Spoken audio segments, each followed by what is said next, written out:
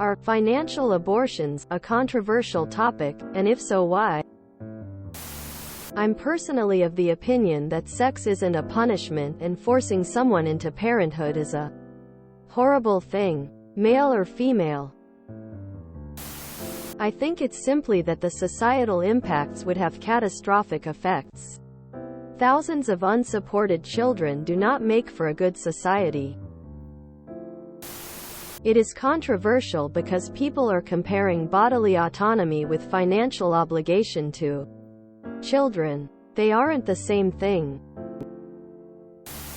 Absolutely. It won't be hard to find tons of strong and opposing opinions even among people you're close with.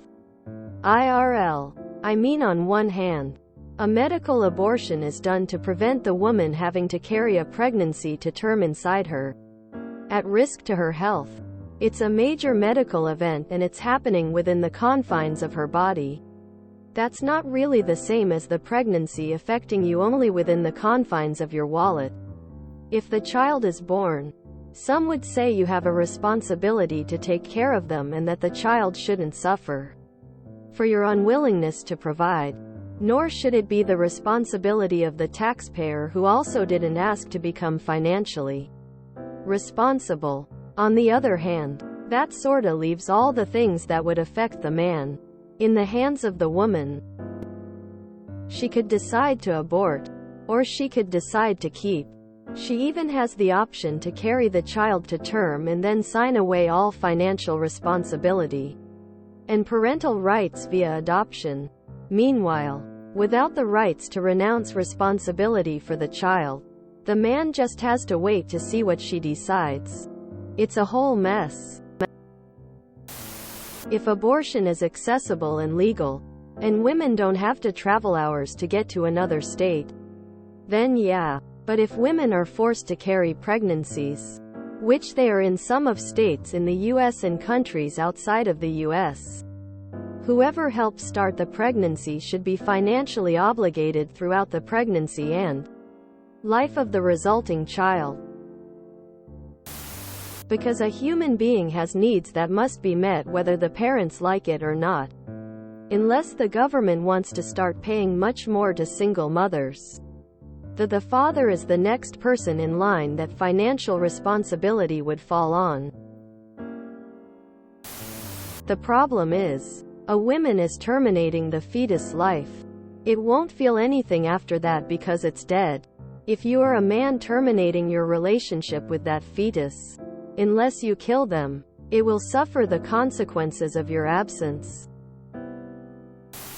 It cannot be compared in my mind just because the woman's choice is the bottleneck after which all other choices follow. If the roles were reversed, a man could not get the baby he wanted to keep without putting the woman through a pretty terrible 9 months she isn't on board with.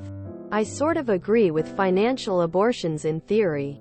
I just don't think they are comparable. I feel this question needs to go beyond a simple yes or no. I feel a culture change is necessary where there is more responsibility for men on contraceptives.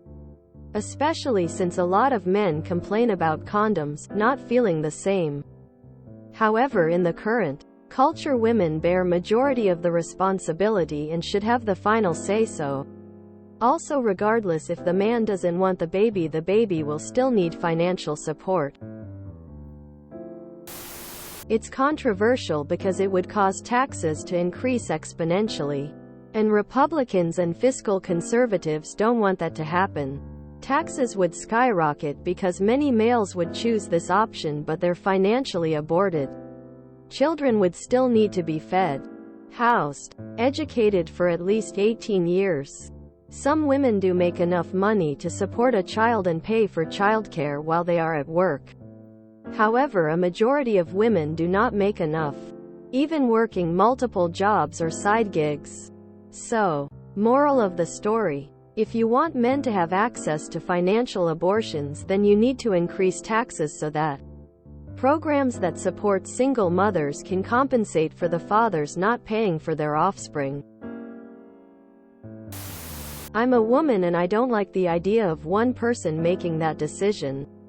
Of course, the solution to this dilemma is better sex education, cheap and readily available contraceptives, and easy access to abortion. If a woman gets pregnant from a one-night stand, but she doesn't have access to abortion, they should both be responsible financially. They both made the decision to not sue contraception. The mother isn't more responsible for the problem than the father. If she could easily get an abortion and still chose to keep the baby, the father should be able to renounce all rights and have no financial obligation. It's the mother that wants the baby, and she should not be able to unilaterally decide the father should have this huge financial burden on his life. But, again, without widespread access to abortion and overall poor sexual education, both parents tend to be responsible. Accidental pregnancies are just that, accidents. They shouldn't be. It's a parasite until it's born. And any reason the woman gives to have an abortion is a good enough reason. This is trying to create some semblance of an equal outcome out of an unequal situation. One person is carrying a child and the other is not. You have to acknowledge the differences in those situations to understand why. I know two men who had one-night stands and a child was born as a result. Both men took the baby mama to court and sued to have parental rights terminated. Neither one ever paid a dime of child support. The real kicker is when guy number one decided he wanted to be in his daughter's life. He sued again for visitation, but still pays no support. Guys really do have a lot more options than women do. A woman has to physically carry and feed the fetus for 9 months, doing irreparable damage, sometimes, to her body, whether she keeps the resulting child or not. And if she does keep it, she can be told by a court that the sperm donor would like to be free from this burden both emotionally and financially. You tell me why it's controversial. This is a confusing question because in many states, a woman is not allowed to terminate a pregnancy. If a man should be able to terminate his involvement for financial or other reasons, a woman should be able to do so. It is in the best interests of society that the father of a child provide for that child. On the other hand, it is not clear that it is in the best interests of society to force a child to be born. That is why pro-choice leaves it up to the individual to decide what is best. Men already do this. Hey, if you ask a question, be able to consider the answers people give without directly dismissing them with your own opinion and point of view. It's a false comparison. The mother is also financially obligated to the child, no different than the father. It's weird, because one option leaves you with a kid, while the other option leaves you without one.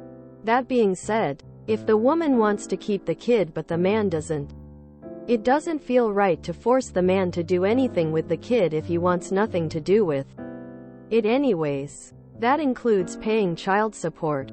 In that same vein, it isn't right for a man to force a woman to keep a kid that she doesn't want to. IDK what side I'd be on in the scenario of, should a man be allowed to sign away his rights to his kid and the child support along with that? Quote, again, it sounds like the right thing to do. If a woman can't be forced to have a kid, then why should a man be forced to have one? The key difference being one side still leave a kid without financial backing. Most likely. If you enjoyed this video, please check out our playlists full of similar content. Epic Eracast is like doom scrolling for your ears. Please like, share, and subscribe.